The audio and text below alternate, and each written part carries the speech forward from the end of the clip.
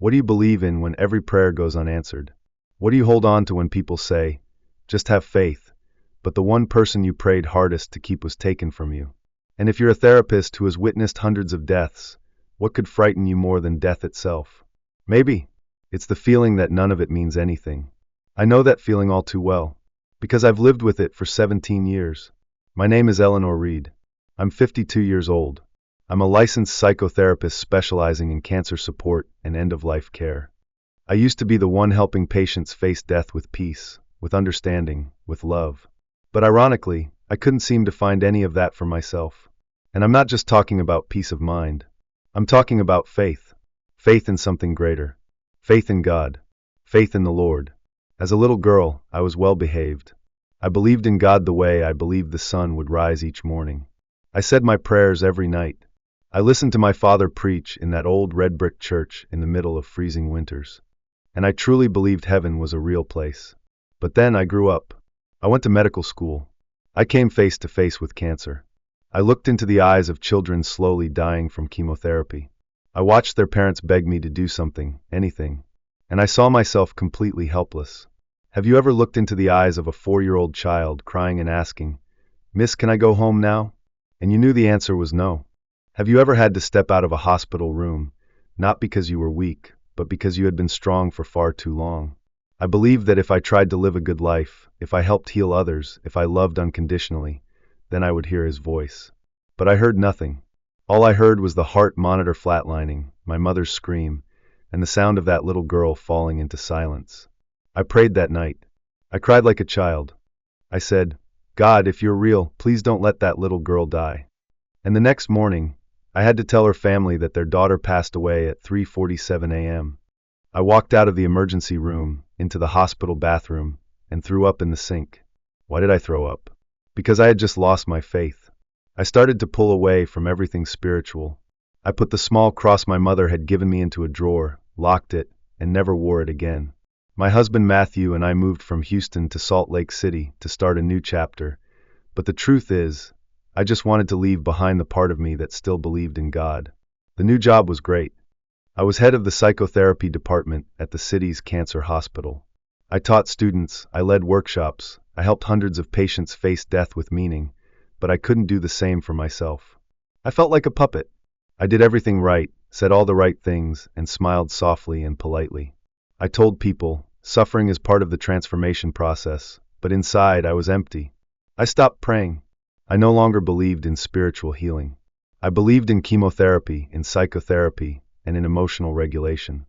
I could lead a support group of 20 people, but I couldn't face myself in the mirror. I started talking less to my husband. I avoided candlelit dinners. I didn't go to church on Christmas. I said I was on call. I said I was tired. I said work was too much. I started to fear the light. I feared the silence. I feared that sudden tightness in my chest when an old memory would rise out of nowhere. I was afraid to sleep because every time I closed my eyes, I saw her again, that little girl, those eyes, and that question, "Miss, can I go home now?" And the scariest part was, I got used to it, used to the emptiness, used to the meaninglessness, used to not believe in anything but myself. People said I was strong, that I was skilled, that I was successful, that I was a doctor of the soul. But my soul had been dry for a very long time. And then one day I died. I don't mean that metaphorically. I'm not talking about some kind of spiritual death. I died. It was a Saturday morning Easter weekend. I walked into the gym like I always did. I pushed a little more weight than usual. Then I heard a small crack, like someone snapping a matchstick inside my head. I sat down, then collapsed, and everything went dark. But what happened next wasn't the kind of death I had imagined. It was a beginning. And I'm going to tell you about the place I went after my heart stopped beating. You think death is the end? Well, I think you're going to want to hear what I have to say next. Because the place I went to wasn't like anything you've ever imagined. And it's not as far away as you might think. When I woke up, I found myself lying in a white room, surrounded by the familiar scent of disinfectant, of oxygen tubes, of machines. The smell of the hospital. The smell of survival. I could feel something tangled all over me. Tubes running through my arms, my chest, even through my awareness. I heard the beeping of the heart monitor, the steady hum of the ventilator. I knew I wasn't dead, but I wasn't fully alive yet either. Everything was blurry. I heard a nurse's voice faintly say, "Eleanor's awake." I heard my husband whisper, "Thank God she's back." But I didn't feel like I was coming back. I felt like I was being pulled away from somewhere else. Somewhere warmer, quieter, and somehow truer. I don't remember every detail. I just know that I lay there for 3 days, eyes closed, not speaking, not responding, but my awareness was quietly somewhere else. Something inside me had shifted. I didn't cry. I didn't talk. I didn't try to be hopeful. I just was still. I watched the light through the ICU window spread across the wall, soft and blurry, like watercolor bleeding on wet paper. I saw Matthew's eyes, red and tired. I saw the doctors come in and check on me like they always did. I saw people smiling, relieved. But inside me, there was only one word. Empty. They said I was lucky that I survived a brain aneurysm, something that usually kills within minutes. They said I wasn't supposed to live. They called me a medical miracle. They used the word miracle. But no one asked me the one thing I truly wanted to talk about. No one asked me what I had seen on the other side. No one asked what I had heard in that place beyond light, beyond time, beyond space. Because they thought I was unconscious. They thought I was in a coma. But I wasn't. I saw a kind of light unlike anything in this world. It didn't blind you, it dissolved you. It didn't strike your eyes, it moved gently into your heart. It wasn't dazzling, it was tender, as if it were embracing you from the inside out. As if you no longer had skin or flesh, but had become light itself. You weren't being illuminated, you were remembering that you had once been light. I felt myself drifting in that place, no pain, no weight, no fear, no hunger, no need for anything. I didn't know who I was. I couldn't remember my job, my name, or my identity. I only knew one thing for certain. I was in the right place, at the right time, in the right existence. There were no more questions, no more debates, no more I should be this, or I should have done that. Everything was right.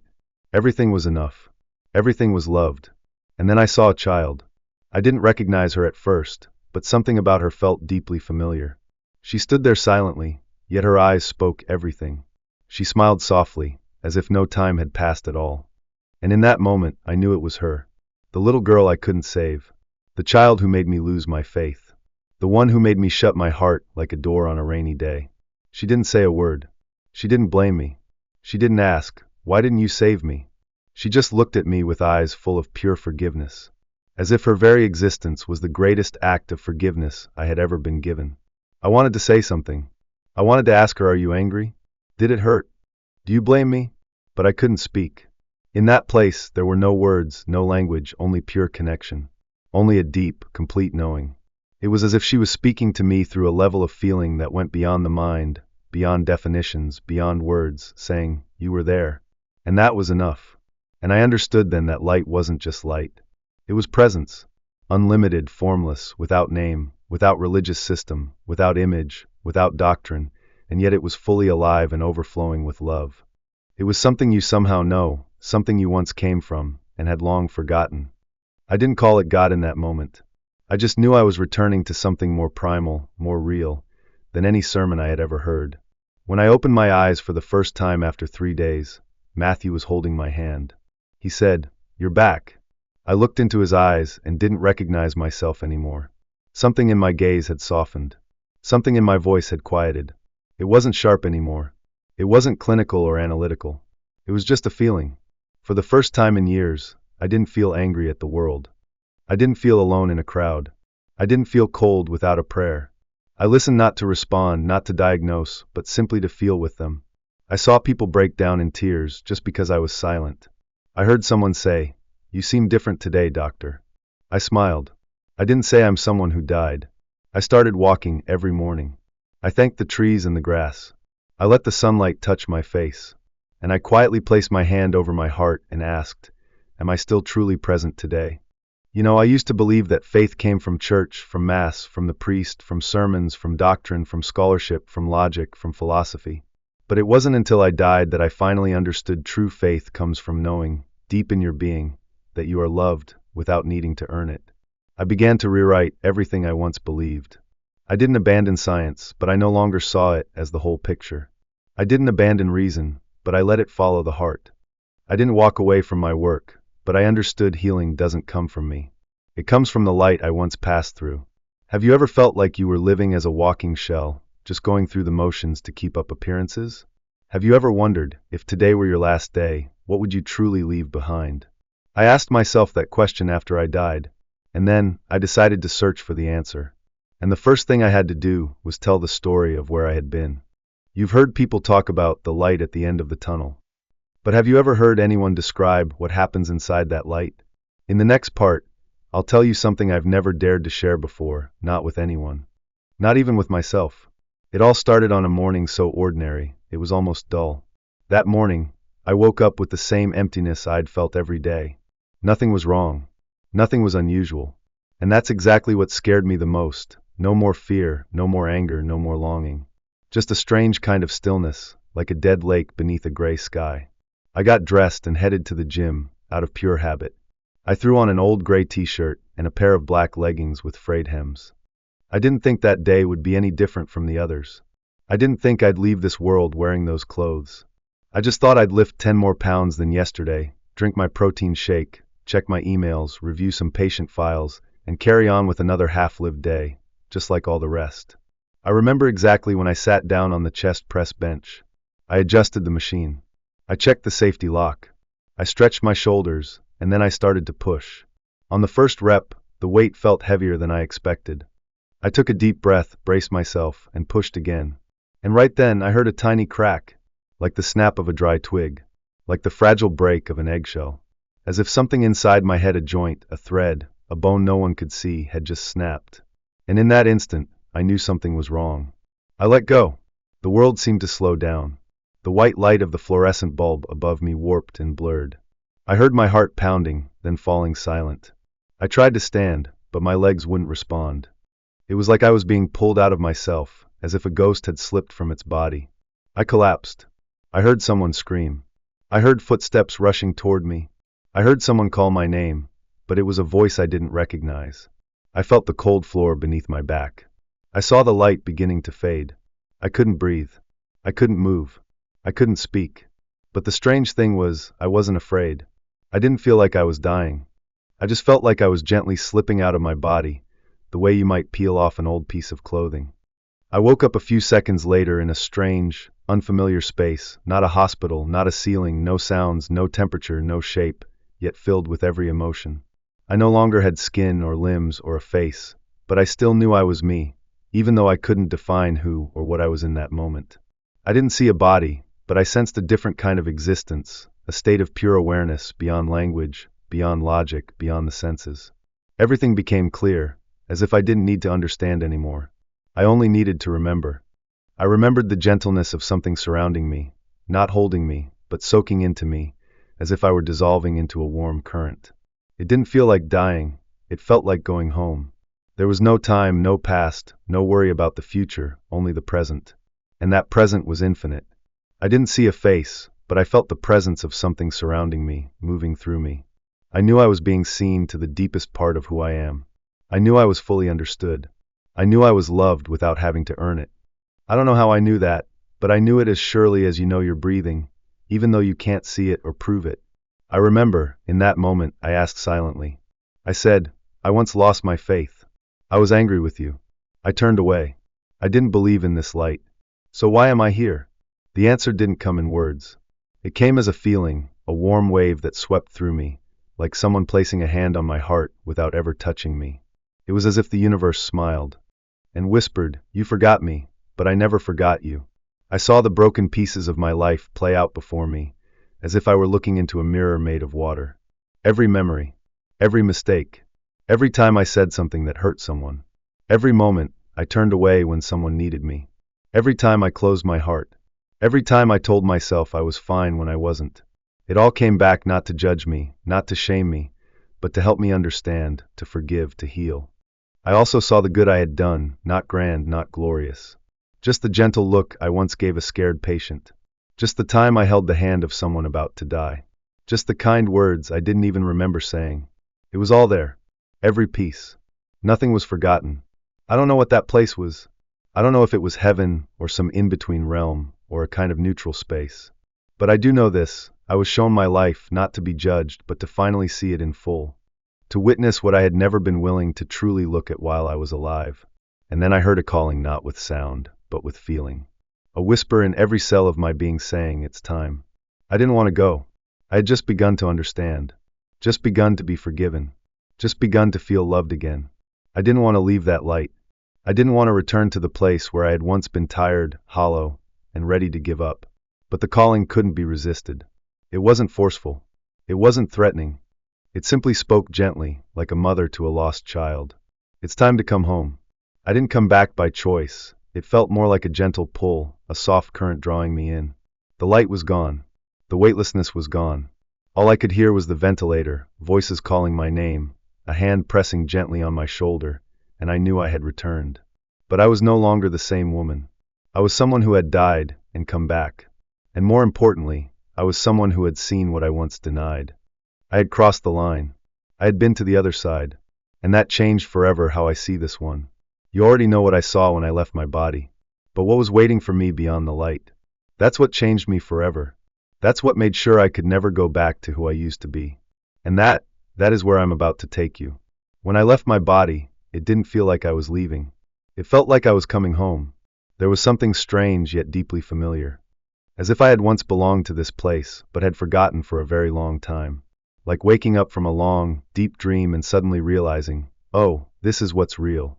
I had no body, but I still existed. I had no shape, but I knew exactly who I was. I wasn't moving upward or downward. I was drifting in a gentle, spiraling motion, as if being drawn into the center of something invisible. Around me was a kind of light, not blinding, not harsh, and visible even without eyes. This light wasn't just present, it was alive. It knew. It breathed. It wrapped around me like a river of pure emotion, unconditional, unquestioning, without rules, without terms. It didn't require me to be good to be loved. It didn't require me to believe to be welcomed. It simply knew I had always belonged here. I can't truly describe that place because it had no shape, no color, yet somehow, it held every shape and every color.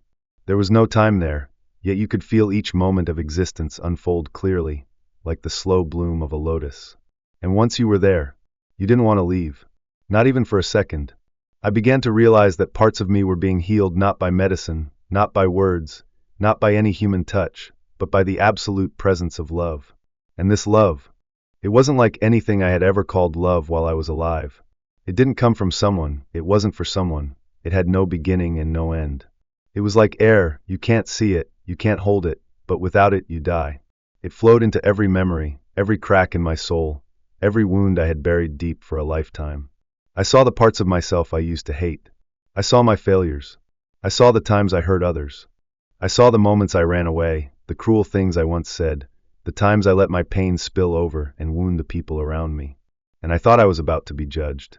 But there was no courtroom, no punishment, only that light, shining gently on the darkest parts of me, saying, I see all of that, and I still love you. Do you know that feeling? The one where you're certain you don't deserve to be forgiven, and then someone looks straight into you and says, I forgave you long before you ever made the mistake. That's what it felt like there. Not words, but knowing, not hearing, but understand completely. I don't know how long I was there, because time didn't exist. All I know is, I had no desire to go back. I remember so clearly the moment I felt myself becoming part of the light. I wasn't me anymore. I was a piece of something greater, something more beautiful, more tender than any word ever spoken or written. I no longer remembered my job, my title, the hospital, the bills, the achievements, the logic, the science. All of it drifted away from me, like the last layer of dust being washed clean. And then I saw something else. I saw thousands, maybe millions, of points of light drifting all around me. No collisions, no crowding, no noise, yet everything felt deeply connected. I didn't see their faces, didn't know their names, but I knew they were souls just like me. Souls who had lived, who had died, who had hurt, who had loved, who had forgotten, who had remembered. Some felt like children. Some felt ancient. Some felt so old, as if they had come from the very beginning of time. And others felt so new, as if they had only just arrived on Earth for the very first time. And then, I saw one soul moving toward me. Not with feet, not with motion, just arriving. And I knew instantly it was her. The little girl I couldn't save. The one who made me lose my faith. The one who once asked me, can I go home now? Now she stood before me, without wounds, without pain. Her eyes were clear and bright. No blame. No bitterness. She looked at me, and in that single moment, I knew I wasn't just forgiven. I was being entrusted with a message. I saw images pass by like waves, like wind. I saw her playing in the light. I saw her look at me, not speaking with her mouth, but I heard it as clearly as if someone were whispering inside my heart. You loved me so much it broke your heart when I left. And that love was enough. I broke down in tears without any tears. I wanted to hold her, but I had no arms. I simply stood there, fully present in the emotion, the pure, wordless feeling of forgiveness. A sacred connection that rose above everything I had ever understood beyond degrees, beyond credentials, beyond textbooks, beyond intellect, beyond knowledge. And then I heard one final thing. Not with my ears, not with a voice, but with my whole being, like a current flowing through my soul.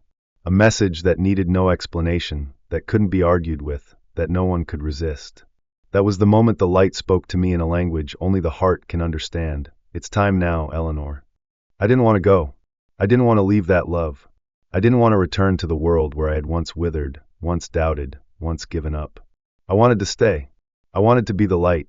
I wanted to dissolve into that endless river forever. But the light didn't argue. It simply waited for me to nod with my soul. And I did. In that exact moment, I was pulled back not with a jolt, not by force, but like being gently lifted out of warm water so you can breathe again. And for the first time, I truly took a breath, the first breath of a new life. I don't know how long I was there. I don't know if it was a dream, a vision, or heaven itself, and honestly, I don't care. All I know is that I encountered the light. I was loved without condition. I was completely forgiven. And that changed everything. But the real shock didn't come from the light. It came the moment I opened my eyes back here in this world. You'd think that after encountering the light, everything would become easier. But for me, it didn't. Because when I woke up in that ICU room, I realized the hardest part wasn't dying. It was coming back to life, with a heart that had changed, in a world that hadn't. I opened my eyes, and everything felt different. Not the room, not the lights, not the nurse's voice or the steady beep of the heart monitor. I had heard that sound thousands of times in my life, but this time, it rose like a living melody. It wasn't just a sterile signal marking survival. It was the heartbeat of something returning, something that had just been placed back inside me, like a timid ray of light, taking its first breath. I saw my husband sitting at the corner of the bed, eyes red, his hand wrapped around mine. He didn't speak, he just looked at me, as if afraid that even a blink might make me vanish again, and this time, not come back. I didn't say anything either. I just looked at him not with the eyes of Dr. Eleanor, the calm, analytical therapist, but with the eyes of someone seeing everything for the very first time. Like a newborn, meeting the world with no concept of hatred, no habit of shutting down, no understanding of doubt. They told me it would take months to recover physically, emotionally. But they didn't know I had already healed in a place science can't measure. They spoke to me about physical therapy, nutrition, caution, and possible neurological complications. But no one taught me how to live again with a heart that had changed its color. No one taught me how to look at my husband and love him as if I had never hurt him. No one taught me how to sit alone in the living room, doing nothing at all, just staring out the window and quietly whispering, "Thank you." It took me 2 weeks to walk again down the hospital hallway. It took me 10 minutes to stand in front of a mirror, look at my reflection, and realize the woman staring back wasn't the old me. I didn't see the cross around my neck. I didn't see the degrees on the wall. I didn't see the signs of someone who once believed she could manage other people's minds. I only saw a soul who had died, who had encountered something beyond words, who had touched truth and could never return to pretending again. The day I came home, Matthew walked me down the little tree-lined path in our neighborhood. I had never seen the tree in front of our house look so vividly green. I had never heard the birds sound so clear. I had never felt my husband's hand so warm. And though we had been married for over 20 years, maybe just maybe this was the first time I truly held his hand with real gratitude.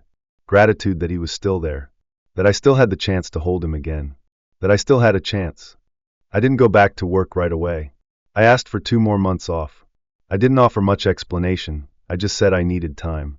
But the truth was I needed space. I needed to sit on the porch and watch sunlight pass through a glass of tea. I needed to hear the wind chimes and imagine that each soft ring was a gentle reminder that I was alive, truly alive. Not just existing, not just pushing through, not just holding it all together. I began to write by hand, with blue ink on old paper. I wrote the things I never dared to say out loud. I wrote about the light. I wrote about that little girl. I wrote about the feeling of dissolving into something gentler than any religion I had ever known. I didn't write to publish. I didn't write to share. I wrote to remember that it was real. That it wasn't a dream. It wasn't a hallucination. It wasn't the side effect of oxygen deprivation. It was the truth. And I was the living witness. One day, I visited my old hospital and saw a former patient who was in the final stage of cancer. I had worked with him before everything happened. I sat down in the chair across from him, just like I used to. He asked me if I was still doing this work. I said, not in the same way. I'm no longer the one analyzing emotions. I'm no longer the one trying to fix symptoms. I'm simply someone who sits beside him, as a fellow human being who knows we're all heading in the same direction. And I'm no longer afraid of where that path leads. He asked me if I believed in heaven. I looked into his eyes and said, I don't believe in it anymore. I know it's real. I began to live differently, not in some grand, world-changing way, but in a way that changed the small moments. I started saying hello to strangers on the street. I held my child a little longer. I called the sister I hadn't spoken to in 10 years.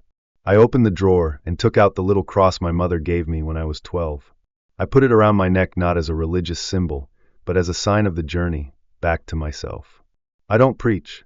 I don't talk about the light unless someone asks. I don't try to prove that what I saw was real.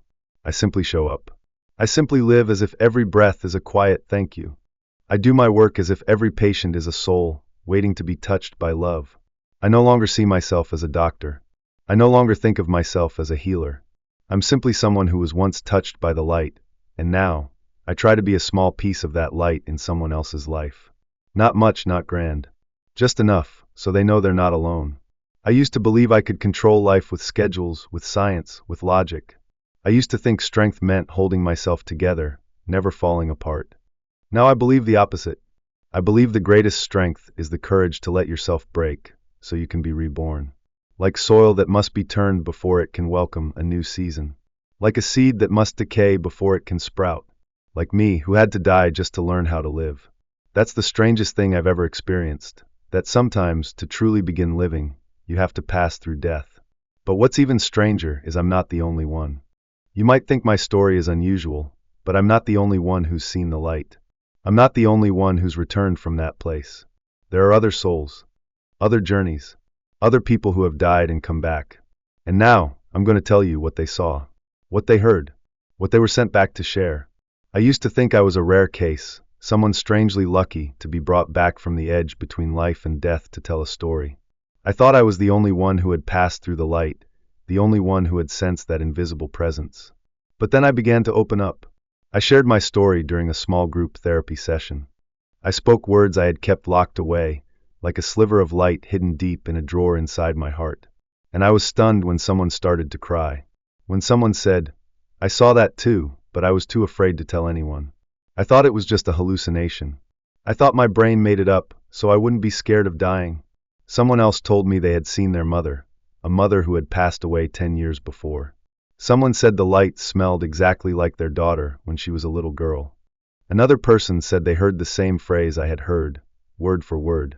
It was as if there was some deeper current running through all of us, a quiet, sacred synchronicity shared by those who have stepped across the line and come back.